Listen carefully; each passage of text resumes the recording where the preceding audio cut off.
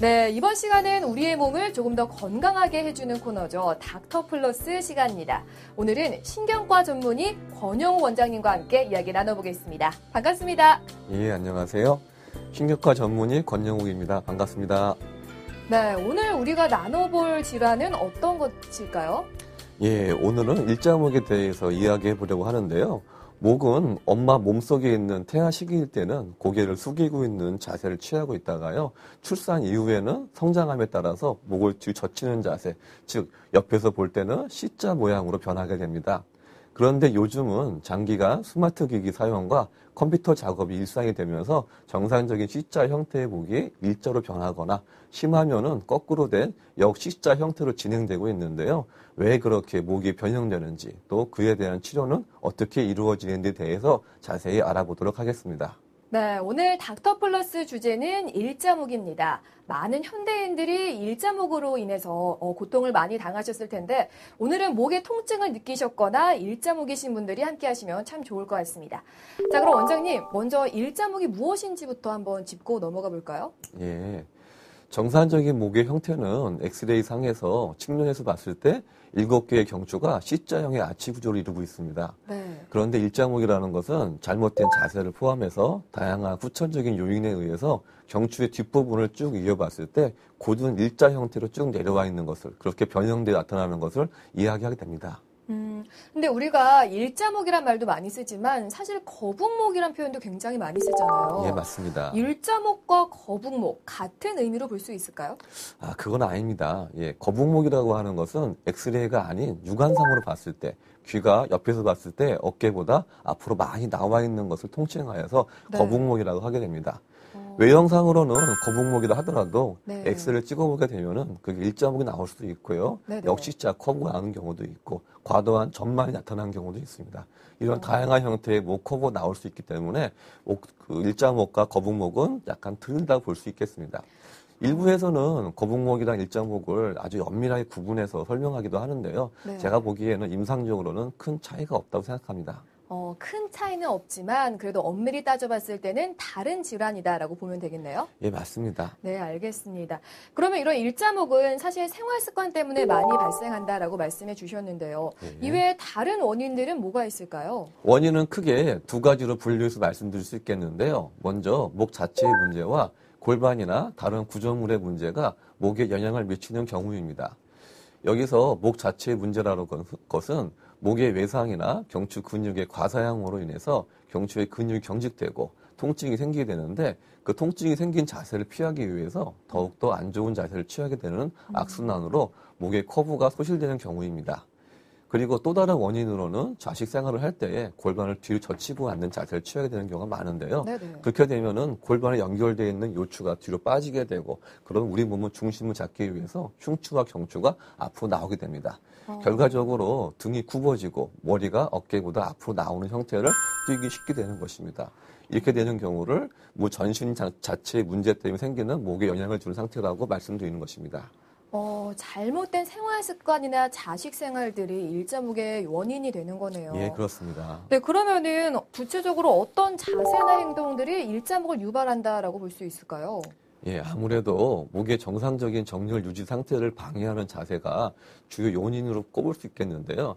대표적인 것이 컴퓨터와 스마트폰을 장시간 사용하는 습관입니다. 네. 또 그 말고도 엎드려 잠을 자는 습관이라든지 구부정한 자세로 주로 앉아있다든지 특히 컴퓨터를 많이 할 때 컴퓨터를 할 때 모니터를 가까이 보기 위해서 목을 길게 빼는 등의 네네. 이런 자세들을 하는 것들이 일자목과 거북목을 만들 수 있습니다.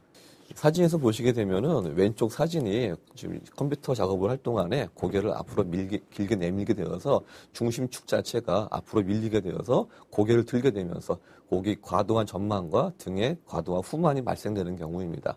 이런 경우가 바로 일자목과 거북목으로 진행되는 대표적인 나쁜 자세라고 말씀드릴 수 있겠습니다. 이렇게 컴퓨터와 이 스마트폰을 잘못 이용하는 습관 때문에 일자목이 발생한다. 그래서 현대인의 병이라고 우리가 칭하나 봐요. 맞습니다. 아, 예. 알겠습니다. 자, 그러면은 교통사고 등의 외상으로도 일자목이 생길 수 있는지 이것도 좀 얘기해 주세요, 원장님. 예, 그렇습니다. 교통사고나 외부의 충격이 가해지게 되면은 경추가 심하게 꺾이고 흔들릴 수 있게 되는데요.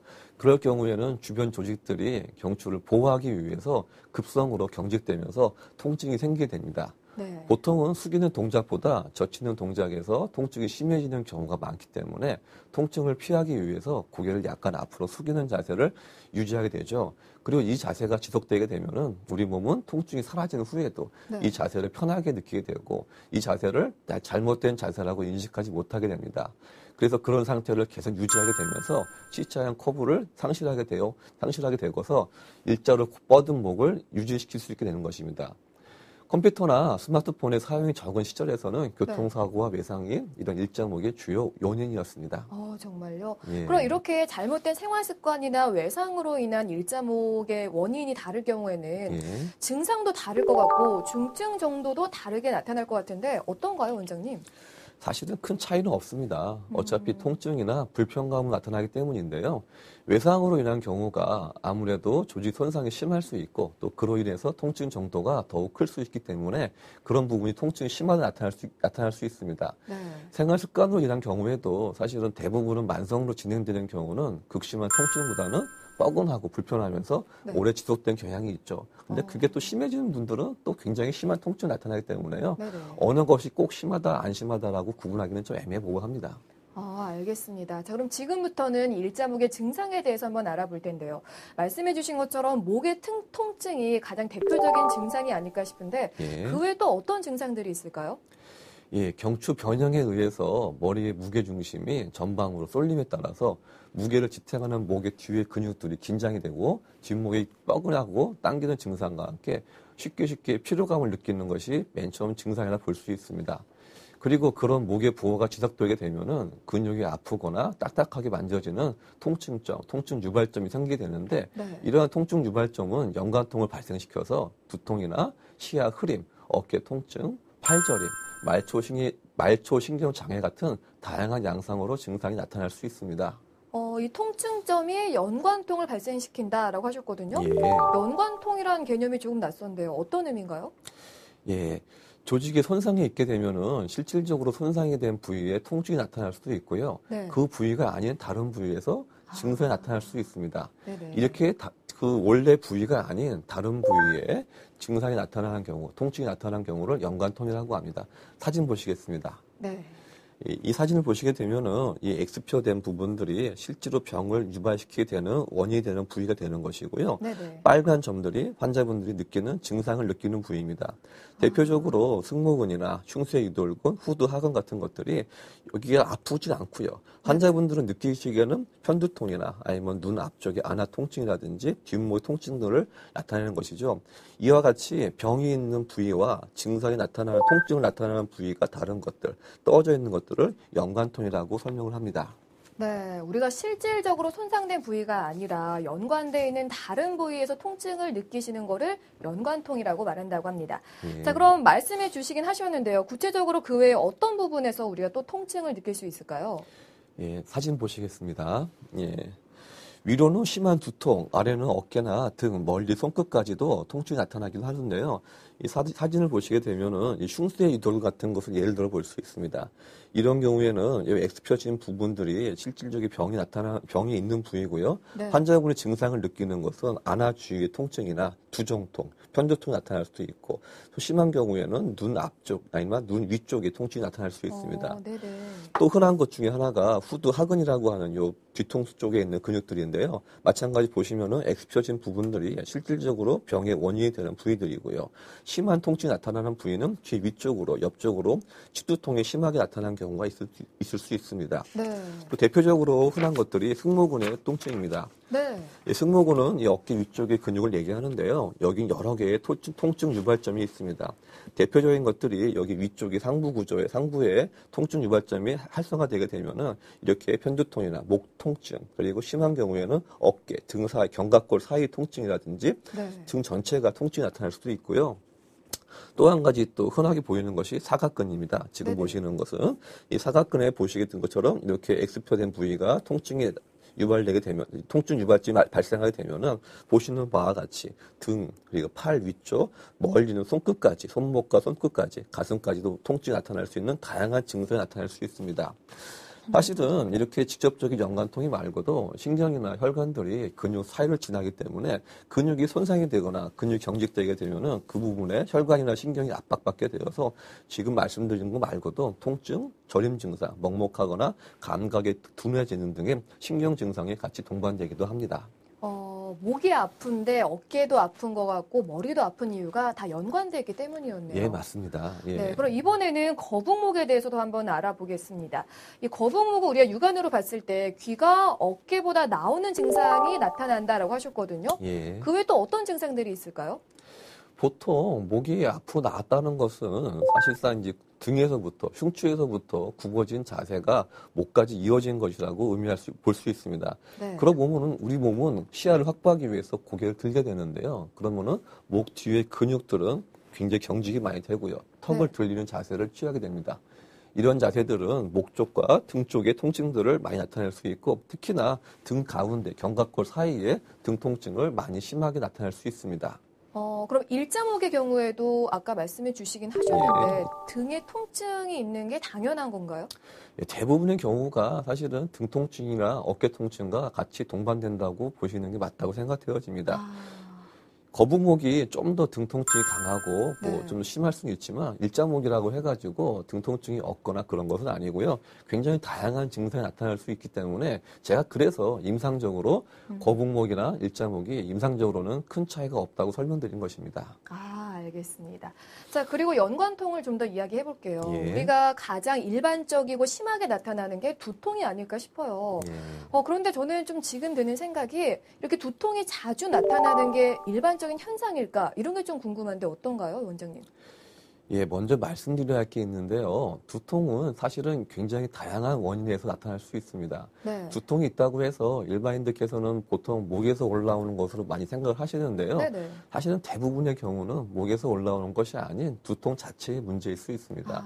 편두통이라든지 아니면 뭐 여러 가지 근육 문제라든지 해서 머리 자체의 문제 때문에 두통이 있는 경우가 있으니까요. 네. 먼저 두통이 어떤 원인이 때문에 왔는지에 대해서 먼저 한번 조사해 보실 필요가 있고요. 네. 그 중에서도 목에서 올라온 두통인 경우에 보통 경추성 두통이라고 하는데요. 일자목이 바로 여기에 들어가는 것입니다. 원래 목의 정렬 C자의 형태로 이루고 있는 목의 아치 커브가 이것이 펴지게 되게 되면은 머리의 하중과 외부의 충격을 완화시키는 그 역할이 사라지게 됩니다. 네네. 그러면 압력이 바로 즉각적으로 목하고 어깨 쪽으로 가해지게 되는 것이죠. 네네. 그런 부분 때문에 움직일 때마다 걸을 때마다 충격이 다 목으로 이어지게 있어서 그런 부분 통증이 잘 올 수 있습니다. 무조건 다 증상이 생긴다고 말씀드릴 수는 없지만 그런 네. 부분들이 통증을 만들 수 있는 주요한 원인이 될 수 있으니까 통증이 흔하게 나타난다고 말씀드릴 수 있습니다. 무조건 두통이 발생하는 건 아니지만 예. 흔하게 발생할 수 있다. 예. 네, 알겠습니다. 자, 그리고 이 일자목이라는 거는 아까 현대인의 질병이다라고 말할 만큼 굉장히 흔하게 요즘 발생되고 있잖아요. 예. 그런 만큼 사람들이 그냥 곧 낫겠지 이런 생각으로 치료하지 않는 경우도 꽤 많은데 그냥 방치할 경우에는 또 어떤 부작용이 있을지 고민이 돼요. 예, 경추의 구조가 앞으로 볼록한 구조라고 앞서 말씀드렸는데요. 이 구조는 아치 구조입니다. 네. 이 아치 구조라고 하는 것은 충격이나 무게를 분산하기 위한 최적의 구조입니다. 이것이 일자목이나 역C자 커브로 변형이 되게 되면은 아치 구조가 깨지게 되죠. 그러면 충격이 분산되지 않고 경추의 뒷부분에 또 밑부분에 압력이 쏠리게 됩니다. 그래서 경추의 5번, 6번, 7번 디스크가 압박을 과도하게 받아서 손상되기 쉬워지고 그런 걸로 인해서 디스크로 진행되는 경우가 많이 있습니다. 그러면은 이런 디스크 외에 혹시 척추에까지 영향을 많이 주나요? 예, 연결된 척추에까지 영향을 끼쳐서 허리 통증, 전신적인 체형 변화를 비롯해서 여러 가지 퇴행성 관절염 등을 조기에 발생시킬 수는 있습니다. 네. 하지만 임상적으로 봤을 때는 진짜로 그렇게 진행되는 경우는 많지는 않습니다. 알겠습니다. 그리고 저는 요즘 시중에 그 일자목을 교정할 수 있는 베개를 정말 많이 봤거든요. 예. 그래서 혹해서 저도 구입을 할까 고민하기도 했었는데 좀 약간 좀 의심이 가요. 예. 이게 과연 베개를 벤다고 해서 일자목이 완벽하게 치료가 될지 예. 네, 좀 궁금한데 어떤가요, 원장님? 제 개인적인 생각으로는 교정 효과가 있다고 보기에는 어렵습니다. 아. 베개는 누워있는 자세에서 사용하게 되는 것인데요. 누워있는 자세라고 하는 것은 중력 하에 있는 상태가 아니기 때문에 근육을 사용하는 상태가 아닙니다. 네. 일자목이나 거북목이라고 하는 것은 중력 하에서, 즉 앉거나 서 있을 때에 목의 배열 상태를 얘기하는 것이고, 이때는 머리의 무게, 그 부하가 있는 상태에서 중심을 잡기 위해서 근육이 사용되는 상태이기 때문에 누워있는 상태에 사용되는 베개가 목의 근육을 강화시키거나 어떠한 변화를 주기는 어렵다고 생각합니다. 그래서 베개는 잠잘 때 목이 불편해서 못 주무시는 분들, 이제 그런 분들한테 편하게 잠자는 목적으로 사용하는 것이 적당하다고 말씀드릴 수 있겠네요. 그러면요, 치료는 안 되지만 혹시 예방 차원에서 쓰는 건 어때요? 예방 차원은 좀 의미가 있을 수 있습니다. 네. 잠을 자는 시간이 평균적으로 최소한 4시간에서 8시간까지 보통 수면 시간을 취하게 되는데요. 수면 시간 동안에 경추의 배열을 C자 형태 유지해 주는 것이 필요합니다. 너무 높거나 낮을 경우에는 또 네. 지나치게 푹신푹신하거나 딱딱한 베개를 벨 경우에는 경추가 모양이 유지되지 않아서 계속해서 근육이 과도하게 사용되고 잠자는 동안에도 또 그 과사양으로 인해서 통증이 생기고 그래서 일어난 다음에도 그런 불편한 감을 해소하기 위해서 통증을 피하기 위한 자세를 취할 수 있기 때문에 그런 것들이 일자목을 유발시킬 수 있죠. 그래서 적합한 소재와 높이를 잘 선택해서 베개를 베는 것이 중요하다고 말씀드릴 수 있겠습니다. 결국 바르게 누웠을 경우에 목보의 각도가 15도 정도를 유지할 수 있는 베개를 사용하시는 것이 좋겠습니다. 15도 정도 되는 베개요? 예. 알겠습니다. 자, 그럼 이번에는 일자목의 치료 방법에 대해서도 한번 이야기 나눠보겠습니다. 구체적으로 어떤 방법으로 치료가 되나요? 예. 치료 방법으로는 일반적으로 도수 치료와 운동 치료, 그리고 주사 치료를 통한 인대 강화 치료 등이 있습니다. 경추를 안정화시키는 치료 이전에 저는 사실은 하부 구조, 즉 골반과 요추의 배열을 바로잡는 것을 우선시돼야 한다고 말씀드리는데요. 네. 골반을 지지해주는 코어 근육을 강화해서 체관을 안정화시켜서 척추가 바로 선 후에, 그 후에 목에 있는 약해진 근육들을 선택적으로 운동하여서 밸런스를 잡아주는 것이 중요합니다. 근육이 단축이 있거나 통증이 있어서 재앙이 된 경우가 있어서 못 움직인 경우들, 그래서 문제가 있어서 통증 회피 반응이나 아니면 일로 가려고 하는데 잘 안 가서 못 가기 때문에 생기는 그런 일자목의 경우에는 통증을 풀어주고 통증을 좀 좋아지게 해주고 움직임의 제한을 풀어주는 도수치료를 통하여서 이 밸런스를 잡는 데 도움이 되겠죠. 보통 치료는 일주일에 2번, 3번 정도 하셔가지고 네. 2, 3개월 정도 꾸준히 받으시는 게 중요합니다. 근데 이런 운동 치료나 도수 치료만으로도 완벽하게 치료할 수 있을까요? 그렇게 돼도 계속 통증이 지속이 되면 예. 어떤 치료를 받게 되나요? 예, 운동 치료나 도수 치료로는 한계가 있습니다. 네. 모든 목 통증이 그 도수 치료나 운동 치료만으로 다 좋아질 수 없기 때문입니다. 이런 치료를 했음에도 불구하고 정말로 열심히 꾸준히 한 번 받는 게 아니라요. 꾸준한 네. 걸 얘기합니다. 꾸준하게 받았음에도 불구하고 별로 좋아지지 않는 경우에는 직접적인 주사 치료가 필요합니다. 근데 우리가 또 이쯤에서 걱정이 되는 게 주사 치료를 받으면 부작용이 생기지 않을까 좀 걱정이 돼요. 어떤가요? 예. 환자분들이 몸에 안 좋은 약물일까? 또 네. 주사 치료가 위험하지는 않을까? 그런 걱정을 많이 하시고 또 이런저런 이유 때문에 주사 치료에 대해서 거부감이 있다는 것을 너무 잘 알고 있습니다. 네네. 하지만 이거는 병원마다 다 다르다고 말씀드리고 싶은데요. 일부 병원에서는 스테로이드 약물을 사용하기도 하지만 네. 저를 포함한 또 다른 병원들에서는 스테로이드 약물을 전혀 사용하지 않고 안전한 미세 바늘과 그 약물을 거의 사용하지 않는 그런 주사 방법을 사용하고 있습니다. 이런 경우에는 합병증이나 부작용이 거의 없습니다. 왜냐하면 대부분의 문제가 스테로이드 사용 때문에 생기는 문제인데요. 저희가 쓰는 방식으로는 스테로이드가 전혀 들어가지 않기 때문에 별다른 문제나 합병증이 존재하지 않습니다. 그런 스테로이드 약물을 사용하지 않는 병원이 더 많은 거죠? 실질적으로는 사실은 대부분 많은 병원들이 그런 약물들을 많이 사용하고요. 일부의 병원에서 약물 사용하지 않고 치료한다고 보시는 게 맞습니다. 이 스테로이드에 대한 부작용이 걱정되신다면 치료를 받기 전에 한번 알아보시는 것도 좋을 것 같습니다. 예. 자, 그리고 비수술적 치료로 호전되지 않는 경우도 있잖아요. 예, 그럴 맞습니다. 때는 어떤 수술적 치료가 동행이 되나요? 디스크로 진행되어서 문제가 심해지는 경우들, 통증이 지속되거나 점점 심해지거나 그렇지 않으면은 신경 증상이라 하는 것들은 저리거나 감각이 둔해지거나 아니면은 운동신경 마비가 와서 힘이 빠지는 증상 등 이런 경우가 있을 경우에 수술 쪽 필요가 필요할 수 있고요. 일반적으로 그냥 일자목이나 거북목으로는 수술을 고려하실 필요는 없어 보입니다. 수술을 크게 고려할 필요는 없고 그냥 운동 치료만으로도 그리고 잘못된 습관을 개선하는 것만으로도 확실히 효과를 볼 수 있다. 예, 맞습니다. 네, 알겠습니다. 자, 그럼 이번에는 치료 후에 우리가 주의해야 될 사항이나 아니면 관리법이 있으면 좀 알려주시죠, 원장님. 예, 보통 이런 것들이 후천적인 자세, 생활 습관 등에 의해서 발생하는데요. 이러한 습관들이 치료를 한 후에도 반복될 시에는 다시 또 재발할 가능성이 많이 있습니다. 왜냐하면은 근본 원인이 생활 습관이라든지 이런 자세 때문에 생기는 것이라고 한다고 하면은 치료 후에도 꾸준하게 습관을 교정하고 관리해 주는 것이 중요하다고 볼 수 있겠죠. 한번 몸을 만들기는 쉽지만 다시 몸 만들어진 상태를 유지하는 데는 꾸준한 운동과 꾸준한 스트레칭이 꼭 필요합니다. 목 강화 운동법은 제가 하나 설명드릴 텐데요. 사진을 보시고 참고하겠습니다. 보시게 되면은 윗사진을 보시게 되면은 이 사진은 스트레칭입니다. 다양한 각도로 해서 목을 잡아주고 있는 근육들을 스트레칭 시켜주는 방법이 되겠고요. 예. 다음 사진은 제가 환자분들한테 집에서 하시라고 말씀드리는 숙제 내주는 그런 강화 운동입니다. 네네.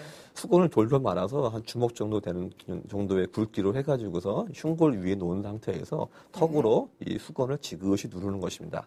보통 너무 심하게 누르지 말고 살짝 압력이 갈 정도로만 눌러주라고 하는데요. 보통 10초 정도 유지하시고 풀었다가 또 10초 정도 유지했다가 풀었다가를 하루에 5분에서 10분 정도만 하셔도 상당한 효과를 보실 수 있습니다. 그럼 이런 치료를 받은 후에 실질적으로 어떤 좋은 경과들이 있을지 궁금해요. 혹시 사례가 있을까요, 원장님? 예, 사진을 보시겠습니다. 왼쪽은 치료 전의 모습이고요. 보시는 바와 같이 경추들이 7개가 쭉 뒷면을 이었을 때 쭉 블록을 쌓아놓은 것 같이 쭉 일자로 이어져 있습니다. 네네. 아까 먼저 말씀드린 일자무의 경우에 해당되는 경우고요. 이런 환자가 한 30회 정도 저희 병원에서 치료받은 후에 커브가 부드럽게 꼿꼿한 모양이면서 부드럽게 앞으로 C자 형태를 그리고 있는 이런 자연스러운 목의 형태로 되었습니다. 이런 부분들이 운동과 도수치료를 통한 목의 교정 효과라고 볼 수 있겠습니다. 이런 거를 생활 속에서 자주 또 많이 하시는 게 좋겠네요. 예, 그렇습니다. 그리고 이 일자목은 재발의 가능성이 높다라고 하셨잖아요. 그러면 일자목에선 완치의 개념은 아예 배제되나요? 없을까요? 그러니까 우선적으로 가지고 있는 증상이라든지 일자목이 좋아지게 해서 그 완치가 되는 것은 맞습니다. 그런데 아까도 설명드린 것처럼 후천적으로 생긴 것이고 자기가 몸을 어떻게 움직이냐에 따라서 다시 나타날 수 있는 것이죠. 그래서 사실은 관리가 더 중요한 것입니다. 평소에도 계속해서 목을 잡아주고 있는 근육들을 스트레칭 시켜주고 강화시키는 운동들을 해주셔가지고 관리를 해야지 이것이 나아지는 것이지 어떤 외상에 의해서 한 번 왔다 가는 것이 아니기 때문에 계속해서 꾸준한 관리가 필요한 것입니다. 완치라는 개념들은 한 번 왔다가 간 다음에 다시는 오지 않는다는 말인데요. 사실은 병의 원인이 자기 생활 속에서 내가 스스로 하는 행동 속에서 행동 패턴의 문제가 있기 때문에 다시 얼마든지 재발할 수 있습니다. 네, 알겠습니다. 자, 오늘 닥터플러스에서는 신경과 전문의 권현웅 원장님과 함께 현대인의 질병이라고 하는 일자목에 대해서 한번 이야기 나눠봤습니다. 일자목은 꾸준한 관리가 중요한 만큼 예방도 참 필요하지 않을까 싶은데요. 원장님, 우리가 생활 속에서 예방할 수 있는 방법들이 꽤 있을 것 같아요. 어떤 것들이 있을까요? 앞서 말씀드린 것처럼 자세 그리고 생활습관 교정과 목 스트레칭, 운동을 통해서 예방이 가능합니다. 보통은 이제 자식 생활 때문에 문제가 많이 생기기 때문에 사진을 보고 설명드리겠습니다. 예. 책상에 앉을 때에는 엉덩이를 뒤로 끝까지 붙여서 척추와 고개를 의도적으로 세워서 척추의 C자 배열을 유지할 수 있도록 바른 자세를 갖는 것이 중요하게 되겠고요. 모니터와 스마트폰을 가까이 보기 위해서 장시간 목을 빼거나 숙이는 자세는 삼가는 것이 좋겠습니다. 또 정기적인 아까 보여드린 것 같은 스트레칭과 그리고 그런 집에서 할 수 있는 가벼운 운동들을 통하여서 목 근육을 강화시켜주게 되면은 일자목을 예방할 수 있다고 보여집니다. 네, 알겠습니다. 자, 여러분이 생각하는 이 편한 자세가 오히려 일자목을 유발할 수 있는 잘못된 자세일 수도 있습니다. 일자목을 예방할 수 있는 또 척추를 바로 세울 수 있는 바른 자세를 알아보신 후에 생활 속에서 실천을 해보시는 게 좋을 것 같습니다. 자, 원장님, 오늘 말씀 감사합니다. 네, 감사합니다.